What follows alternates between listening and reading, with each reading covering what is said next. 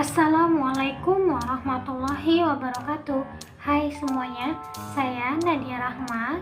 Kali ini saya akan membagi informasi kepada teman-teman semua yang berguna untuk menambah wawasan kita tentang penelitian, yakni hakikat penelitian pendidikan bahasa dan sastra Indonesia, hakikat pendekatan kualitatif dan pendekatan kuantitatif.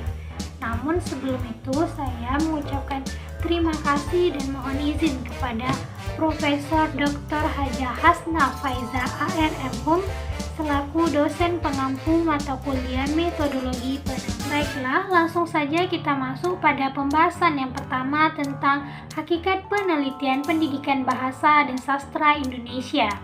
Hakikat penelitian menurut Sarjana 2001 menyatakan bahwa penelitian merupakan penelaahan terkendali yang mengandung dua hal pokok, yaitu logika berpikir dan data yang dikumpulkan secara empiris, di mana logika berpikir dalam penelitian dapat diketahui dari langkah-langkah sistematis dari proses penelitian yang dimulai dari pengumpulan, pengolahan, analisis, penafsiran, dan pengujian data sampai diperolehnya suatu kesimpulan. Sedangkan data yang dikumpulkan dikatakan empiris bila mana sumber data tersebut menggambarkan fakta serta tidak bersifat subjektif.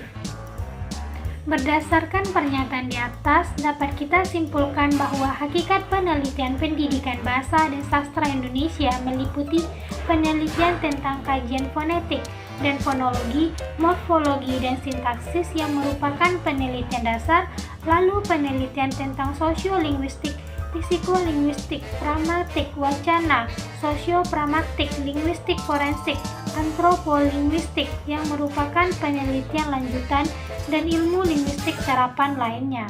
Berikutnya, karakteristik penelitian pendidikan. Menurut Surya Dharma, terdapat 3 karakteristik penelitian pendidikan, yaitu rasional, empiris, dan sistematis.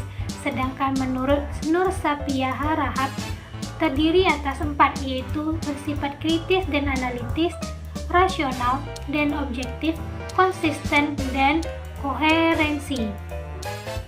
Lalu, sumber-sumber masalah dalam penelitian pendidikan bahasa dan sastra Indonesia menurut Fuad Hasan dan Koet Jayaraningrat tahun 1977 menyatakan bahwa semua penelitian ilmiah berasal dari pengamatan terhadap suatu fakta dan hasil pengamatan kajian literatur serta hasil dari pikiran atau kebudayaan masyarakat yang berorientasi menjadi isu di penelitian tersebut. Berikutnya, pembahasan yang kedua adalah tentang hakikat pendekatan kualitatif dan pendekatan kuantitatif. Pendekatan kuantitatif merupakan salah satu upaya pencarian ilmiah yang didasarkan oleh filsafat positisme logikal yang beroperasi dengan aturan-aturan yang ketat mengenai logika, kebenaran, hukum-hukum, dan prediksi. Watson dalam Danin 2002. Sedangkan menurut Dedi Mulyana 2001 menyatakan bahwa penelitian yang menggunakan pendekatan kualitatif yaitu penelitian yang hasilnya berupa data deskriptif dan bukan angka. Jadi teman-teman, dapat kita simpulkan bahwa pendekatan penelitian kualitatif adalah sebuah pendekatan yang dapat menghasilkan data atau informasi deskriptif. Berikutnya, perbedaan karakteristik pendekatan kuantitatif dan kualitatif. Berdasarkan pernyataan Bogdan dan Stefan J. Taylor, diketahui karakteristik penelitian kualitatif lebih bersifat deskriptif. Selain itu, data yang terkumpul berupa kata-kata atau gambar sehingga tidak menekankan pada angka.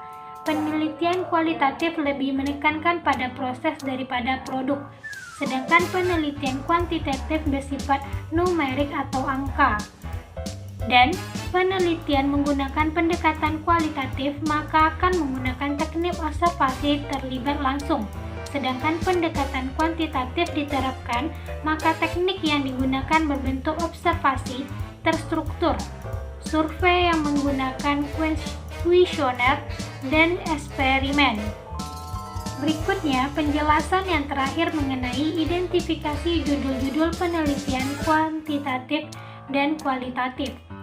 Judul penelitian kuantitatif secara eksplisit menunjukkan variabel-variabel independen dan dependen, serta variabel lainnya seperti variabel moderator, intervening, dan kontrol. Biasanya tidak dicantumkan, tetapi dijelaskan di dalam paradigma penelitian.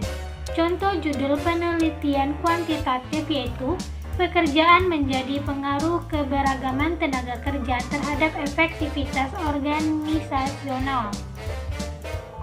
Sedangkan pada judul penelitian kualitatif banyak variabel yang diamati dan variabel yang diteliti belum jelas, maka judul penelitian tidak harus eksplisit seperti pada batasan masalah sebagai yaitu pada judul gaya manajemen orang Jawa, faktor-faktor yang mempengaruhi sukses bisnis orang-orang Cina di Indonesia.